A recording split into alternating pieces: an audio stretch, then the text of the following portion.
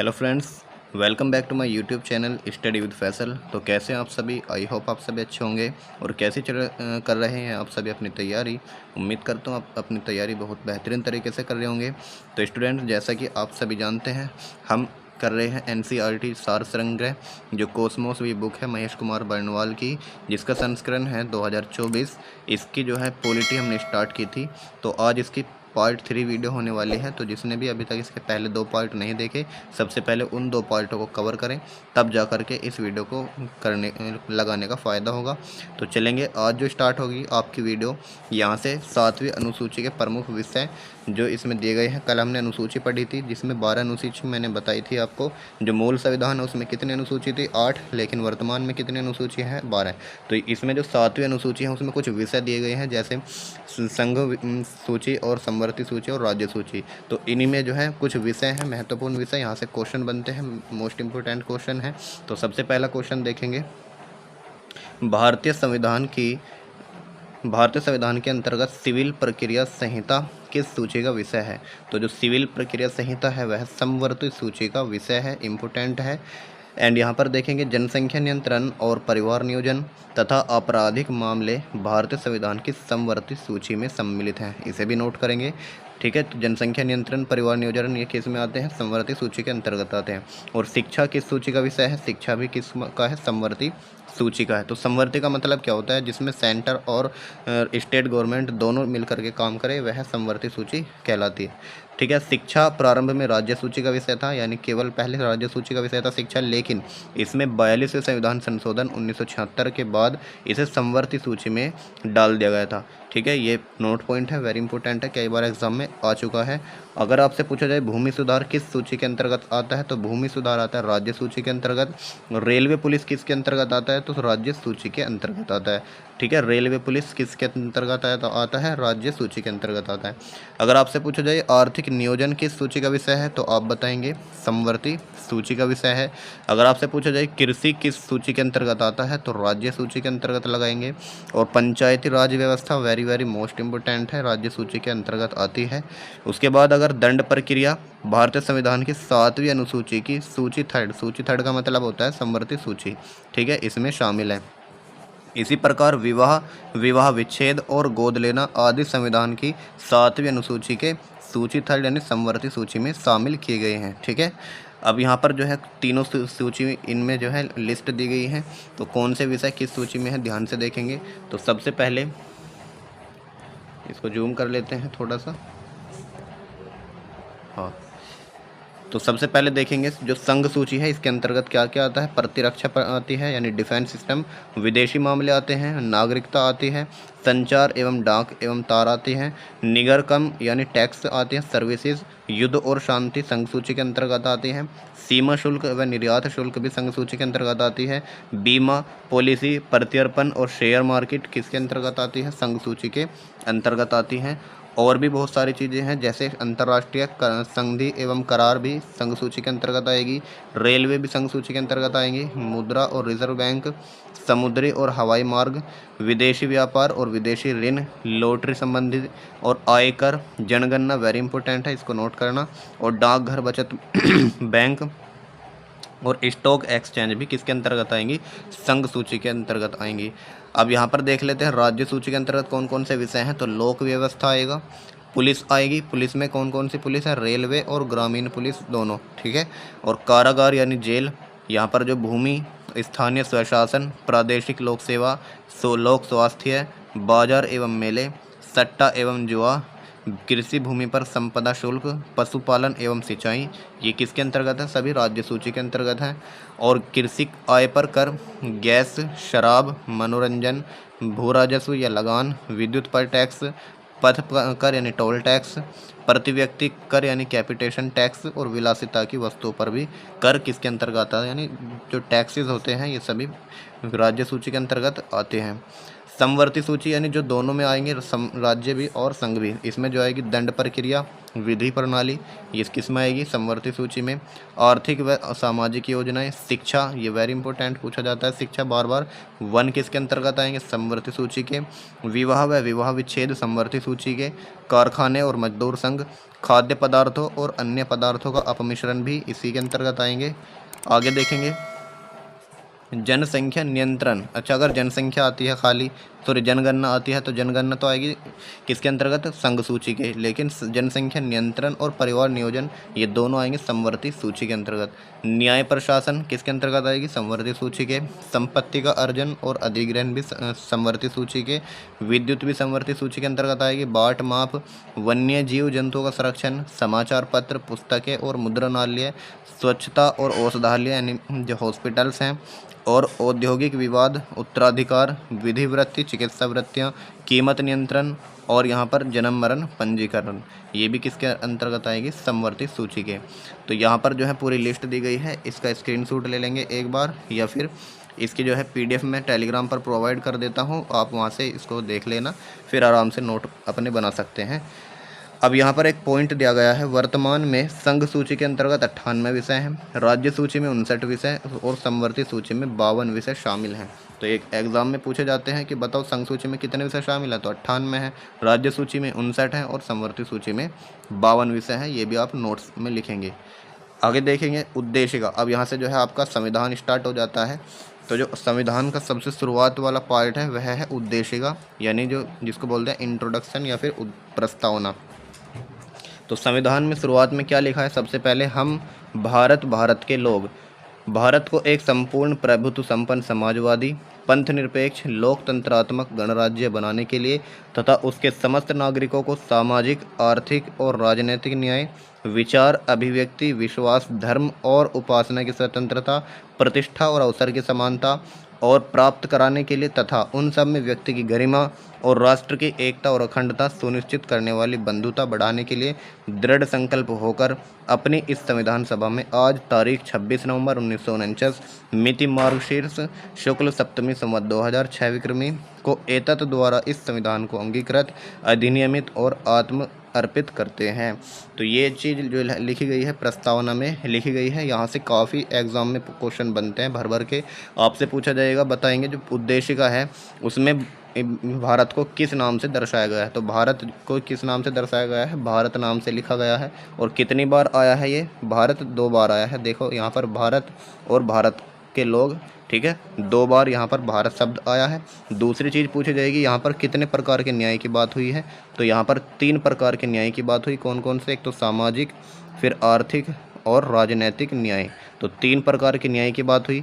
आपसे पूछा जाएगा कितने प्रकार की स्वतंत्रता की बात होती है, तो विचार, अभिव्यक्ति, विश्वास, धर्म और उपासना की स्वतंत्रता। तो 5 प्रकार की स्वतंत्रता है, ठीक है। तो यहाँ पर 3 प्रकार के तो न्याय और 5 प्रकार की स्वतंत्रता और 2 प्रकार की समता। कौन कौन सी समता, यहाँ पर देख सकते हैं, प्रतिष्ठा और अवसर की समता। तो ये 2 प्रकार की समता की बात की गई है।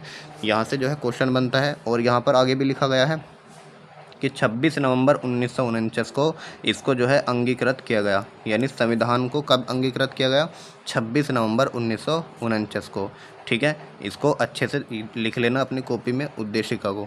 और उद्देशिका को प्रस्तुत किसने किया था, ये किया था पंडित नेहरू ने। आगे आएंगे, नेक्स्ट क्वेश्चन है इसमें, संविधान सभा में उद्देश्य प्रस्ताव कब प्रस्तुत किया गया, ठीक है। तो प्रस्तुत कब किया गया, 13 दिसंबर 1946 में। और किसने किया था, पंडित जवाहरलाल नेहरू ने। अगला क्वेश्चन है, भारतीय संविधान का कौन सा भाग भारत को धर्मनिरपेक्ष राज्य के रूप में वर्णित करता है। तो भारत को जो है धर्मनिरपेक्ष कहाँ कहा गया, संविधान की प्रस्तावना में, ठीक है। भारतीय संविधान की प्रस्तावना में भारत को एक प्रभुत्व संपन्न समाजवादी पंथ निरपेक्ष लोकतंत्रात्मक गणराज्य के रूप में घोषित किया गया है, ठीक है। आगे देखेंगे, सर्वोच्च न्यायालय द्वारा ऐसा एक वाद में कहा गया कि अनुच्छेद 368 के अंतर्गत संविधान के प्रस्तावना में भी संशोधन किया जा सकता है, परंतु यह मूल ढांचे का उल्लंघन करने वाला नहीं होना चाहिए। देख सकते हैं यहाँ पर प्रस्तावना में भी संशोधन किया जा सकता है, वह किसके अनुच्छेद किस अनुच्छेद में लिखा है, 368 में। और संविधान की प्रस्तावना में अब तक एक बार जो है संविधान में प्रस्तावना में संशोधन हो चुका है, ठीक है। और ये किसने कहा था? केशवानंद भारती वाद 1973 ने। आगे देखेंगे संविधान संबंधी विचार। यहाँ से कुछ इंपॉर्टेंट चीज़ें बनेंगी। सबसे पहले देखेंगे उद्देशिका को के.एम. मुंशी ने राजनीतिक जन्मपत्री, ठाकुरदास भार्गव ने संविधान की आत्मा तथा एन.ए. पालकीवाला ने संविधान का परिचय पत्र कहा है। तो यहाँ से 3 चीज़ें निकली। सबसे पहले क्या कि उद्देशिका को राजनीतिक जन्मपत्री किसने कहा? तो लगाएंगे के.एम. मुंशी। अगर आपसे पूछा जाए कि उद्देशिका को संविधान की आत्मा किसने कहा, तब आप लगाओगे ठाकुरदास भार्गव ने। और अगर आपसे पूछा जाए संविधान की जो उद्देशिका है उसको संविधान का परिचय पत्र किसने कहा, तब आप लगाओगे पालकीवाला ने। अब अगर आपसे पूछा जाए अनुच्छेद 32 को यानी संवैधानिक उपचारों का जो अधिकार है इसको संविधान का हृदय या संविधान की आत्मा किसने कहा है? ये कहा है डॉक्टर B.R. अम्बेडकर जी ने। ठीक है, ये 3 चीज़ें होती हैं, लगभग सेम सी हैं, लेकिन यहाँ कन्फ्यूजन क्रिएट होती है बच्चों को, इसलिए एक साथ लिख दिया ताकि आपको कोई कन्फ्यूजन ना हो। इसको अपने नोट्स में लिख लेना। अगर आपसे पूछा जाए संविधान की जो प्रस्तावना है यानी उद्देशिका है उसको संविधान का परिचय पत्र किसने कहा है, तब सर अर्नेस्ट बारकर ने। ठीक है, अब आगे देखेंगे भारत के संदर्भ में पंथ निरपेक्ष शब्द का सही भाव क्या निकलता है। तो पंथ निरपेक्ष का मतलब क्या होता है कि राज्य का कोई पंथ या धर्म नहीं है, यानी राज्य जो है किसी एक धर्म या फिर एक पंथ के पक्ष में निर्णय नहीं लेगा। और आगे देखेंगे उद्देशिका में सम्मिलित सामाजिक, आर्थिक और राजनीतिक न्याय के तत्व किससे संबंधित हैं। तो यहाँ पर ये जो सामाजिक, आर्थिक और राजनीतिक न्याय के तत्व हैं 1917 की जो रूसी क्रांति है वहाँ से लिए गए। आगे देखेंगे उच्चतम न्यायालय यानी सुप्रीम कोर्ट ने किस वाद में यह धारणा प्रस्तुत की कि उद्देशिका संविधान का अभिन्न अंग है। तो ये कहा था SR बॉम्बे बनाम यूनियन ऑफ इंडिया। आगे देखेंगे सभी व्यक्ति पूर्णतः और समान रूप से मानव है, यह सिद्धांत क्या कहलाता है। तो यह कहलाता है सार्वभौमिकता का सिद्धांत। आगे है भारत में लौकिक सार्वभौमिकता, क्योंकि संविधान की प्रस्तावना आरंभ होती है तो हम भारत के लोग, यहाँ से पता चलता है कि जो है सार्वभौमिकता है। आगे देखेंगे लोक कल्याण शब्द भारत के संविधान की उद्देशिका में नहीं है बल्कि राज्य के नीति निर्देशक तत्वों का भाग है। ठीक है, लोक कल्याण शब्द जो है संविधान की उद्देशिका में कहीं पर भी लिखा नहीं है, लेकिन राज्य के नीति निर्देशक तत्वों का ही एक पार्ट है। आगे देखेंगे किस संशोधन के द्वारा भारतीय संविधान की उद्देशिका में संशोधन किया गया। तो ये किया गया 42वें संविधान संशोधन के द्वारा। एक बार जो है इसमें संविधान संशोधन किया जा चुका है।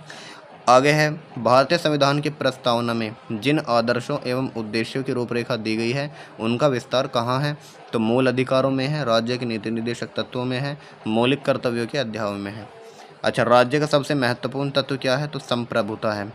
आगे आएगा समाजवादी, अखंडता तथा पंथ निरपेक्ष शब्द संविधान की प्रस्तावना में किस संशोधन के द्वारा सम्मिलित किए गए। तो ये किए गए थे 42वें संविधान संशोधन के द्वारा। वेरी इंपॉर्टेंट है, इसको नोट करेंगे। अगले है देखेंगे पॉइंट, उद्देशिका को राजनीतिक जन्मपत्री की संज्ञा किसने दी। तो अभी यहाँ पर मैंने बताया था, इधर अगर थोड़ा सा इधर करें, जो उद्देशिका को राजनीतिक जन्मपत्री किसने कहा है, के.एम. मुंशी ने कहा है। तो यहाँ पर देख सकते हैं राजनीतिक जन्मपत्री किसने कहा है, के.एम. मुंशी ने कहा है। प्रस्तावना संविधान का अंग नहीं है, उच्चतम न्यायालय ने यह मत किस वाद में व्यक्त किया गया। बेरुबारिस बनाम संघ मामले में वर्ष 1960 में। यहाँ पर कुछ चीज़ें लिखी गई है नोट पॉइंट में। संविधान निर्माण में महत्वपूर्ण भूमिका निभाने वाली संविधान सभा के सदस्य सर अल्लादी कृष्ण स्वामी अय्यर के अनुसार संविधान की प्रस्तावना हमारे दीर्घकालिक सपनों का विचार है। अब यहाँ पर एक नोट पॉइंट लिखा गया है, गोलकनाथ बनाम पंजाब राज्य के मामले में न्यायमूर्ति M. हिदायतुल्लाह ने उद्देशिका को संविधान की मूल आत्मा कहा है। तो यहाँ से क्वेश्चन बन सकता है कि उद्देशिका को संविधान की मूल आत्मा किसने कहा। तो न्यायमूर्ति M. हिदायतुल्लाह ने। M मतलब मोहम्मद हिदायतुल्लाह। आगे आते हैं, अब इसमें पहला जो अनुच्छेद है या पहला भाग कह दीजिए, पहले भाग में क्या चीज़ दी गई है, संघ एवं उसके राज्य क्षेत्रों का वर्णन किया गया है। तो यहाँ पर देखेंगे सबसे पहले अनुच्छेद 1 में आएंगे, आर्टिकल 1 से स्टार्ट होगा। तो आर्टिकल 1 के 3 में क्या चीज़ 1 के 3 में क्या लिखा गया, भारत के राज्य क्षेत्र में निम्नलिखित क्षेत्र शामिल होंगे। एक तो राज्यों के राज्य क्षेत्र और संघ राज्य क्षेत्र, और एक ऐसे अन्य राज्य क्षेत्र जो अर्जित किए जाएं। नेक्स्ट पॉइंट देखेंगे, भारतीय संघ के अंतर्गत किसी राज्य को सम्मिलित करने का अधिकार किसे प्राप्त है। तो संसद को यह जो है अधिकार प्राप्त है कि वह भारतीय संघ में किसी भी राज्य को सम्मिलित कर सकती है। ठीक है, आगे देखेंगे संविधान के प्रथम अनुच्छेद के अनुसार भारत होगा, तो भारत होगा एक राज्यों का एक संघ। ठीक है, भारत क्या होगा, राज्यों का एक संघ होगा। अच्छा, भारत में कितने राज्य और कितने संघीय प्रदेश हैं? तो याद रखना, भारत में अब वर्तमान में 28 राज्य और 8 केंद्र शासित प्रदेश या फिर 8 संघीय प्रदेश हैं, जिसमें आपके राष्ट्र राजधानी क्षेत्र NCR भी शामिल है। लोकसभा में केंद्र शासित प्रदेशों के लिए अधिकतम कितनी सीटें रिजर्व्ड हैं? तो 20 सीटें लोकसभा की रिजर्व्ड हैं। 2 पृथक केंद्र शासित प्रदेशों के रूप में जम्मू कश्मीर का विभाजन कब किया गया? तो 31 अक्टूबर 2019 को किया गया। अब आगे देखेंगे, नए राज्य के गठन की शक्ति किसे प्राप्त है? तो संसद को प्राप्त है, ये बता चुके। अब यहाँ पर जो राज्य के पुनर्गठन से संबंधित एक आयोग गठन हुआ था जिसका नाम था फजल अली आयोग। यहाँ से क्वेश्चन बनता है, वेरी इंपॉर्टेंट। और ये कब गठित हुआ था? वर्ष 1953 में। ठीक है, भाषा के आधार पर पहला जो राज्य गठन हुआ ये हुआ आंध्र प्रदेश का, वेरी इंपॉर्टेंट प्रश्न है। राज्य पुनर्गठन आयोग ने 1 नवंबर 1956 को कितने राज्य और केंद्र शासित प्रदेश बनाए? तो 14 राज्य बनाए गए सबसे पहले और 6 केंद्र शासित प्रदेश बनाए गए थे। अच्छा, सिक्किम जो है भारत का एक पूर्ण राज्य है, किस वर्ष बनाया गया था? तो 36वें संविधान संशोधन के अधिनियम अंतर्गत के अनुसार वर्ष 1975 में बनाया गया सिक्किम। आगे देखेंगे, भारत में केंद्र शासित प्रदेशों का जो शासन है किसके द्वारा किया जाता है? तो केंद्र शासित प्रदेशों पर जो शासन किया जाता है राष्ट्रपति करते हैं। ठीक है, नेक्स्ट देखेंगे, जूनागढ़ रियासत को जनमत संग्रह के आधार पर हैदराबाद रियासत को सैन्य कार्यवाही के द्वारा भारत में शामिल किया गया तथा जम्मू कश्मीर रियासत के शासक हरि सिंह ने पाकिस्तानी सेना एवं कबालियों के आक्रमण से सुरक्षा सुनिश्चित करने हेतु भारत के साथ विलय पत्र पर हस्ताक्षर करके कश्मीर को भारत में सम्मिलित कर लिया था। अब यहाँ पर जो है यहाँ पूरे दिए गए हैं आर्टिकल यहाँ पर डिटेल में। जैसे पहले आर्टिकल में क्या है, पहले अनुच्छेद में संघ के क्षेत्र का नाम, यानी जो राज्य के नाम होंगे या संघ के क्षेत्र का नाम होगा पहले में होगा। दूसरा आर्टिकल में क्या दिया गया है, नए राज्यों के प्रवेश या स्थापना का संसद का अधिकार। वेरी इंपॉर्टेंट प्रश्न है, SSC डायरेक्ट पूछती है कि नए राज्यों का प्रवेश किस आर्टिकल में है, तो दूसरे आर्टिकल में दिया गया है। आगे दिया है नए तीसरा आर्टिकल में नए राज्यों की स्थापना तथा वर्तमान राज्यों के क्षेत्रफल, सीमा और नामों में परिवर्तन। ठीक है, जो अब जो है राज्यों के नाम भी बदल रहे हैं, आपने देखा होगा, तो यहाँ पर जो है तीसरे अनुच्छेद के अनुसार बदल सकते हैं नाम। चौथा अनुच्छेद क्या है, अनुच्छेद 2 एवं 3 के अंतर्गत बनाए गए कानून जिनके द्वारा पहली और चौथी अनुसूची एवं पूरक अनुसांगिक एवं अनुवर्ती मामलों में संशोधन किया जा सके। तो इस प्रकार आप देख सकते हैं जो पहला भाग है उसमें कितने आर्टिकल हैं, 1 से लेकर 4 तक आर्टिकल हैं। अब यहाँ पर जो है कुछ राज्य हैं जो गठित हुए थे, तो कब कब राज्य गठित हुआ, जैसे नागालैंड कब गठित हुआ 1953 में। ठीक है, हिमाचल प्रदेश कब गठित हुआ था 1971 में। और मेघालय को राज्य का दर्जा कब प्राप्त हुआ 1972 में। सिक्किम को कब प्राप्त हुआ 1975 में। अरुणाचल प्रदेश को 1987, त्रिपुरा को 1972, मणिपुर को 1972, मिजोरम को 1987 और गोवा को भी 1987। ठीक है, अब यहाँ पर कुछ जोनल काउंसिल्स दी गई हैं, जैसे क्षेत्रीय परिषद। जैसे यहाँ पर उत्तरी क्षेत्रीय परिषद का मुख्यालय कहाँ पर होगा, नई दिल्ली में। और इसके अंतर्गत कौन से राज्य आएंगे, जम्मू कश्मीर और लद्दाख, हिमाचल प्रदेश, हरियाणा, पंजाब, राजस्थान, दिल्ली, चंडीगढ़। इसी प्रकार जो सेंट्रल क्षेत्रीय परिषद होगी, केंद्रीय क्षेत्रीय परिषद, उसका मुख्यालय प्रयागराज है। इसके अंतर्गत उत्तर प्रदेश, उत्तराखंड, मध्य प्रदेश और छत्तीसगढ़ आएंगे। पूर्वी क्षेत्रीय परिषद में कौन कौन आएंगे, जिसका मुख्यालय कोलकाता होगा और इसमें बिहार, झारखंड, पश्चिम बंगाल, उड़ीसा और सिक्किम आएंगे। पश्चिमी क्षेत्रीय परिषद में मुख्यालय कहाँ होगा, मुंबई। इसके अंतर्गत गुजरात, महाराष्ट्र, गोवा, दादरा नगर हवेली और दमन व दीव ये आएंगे।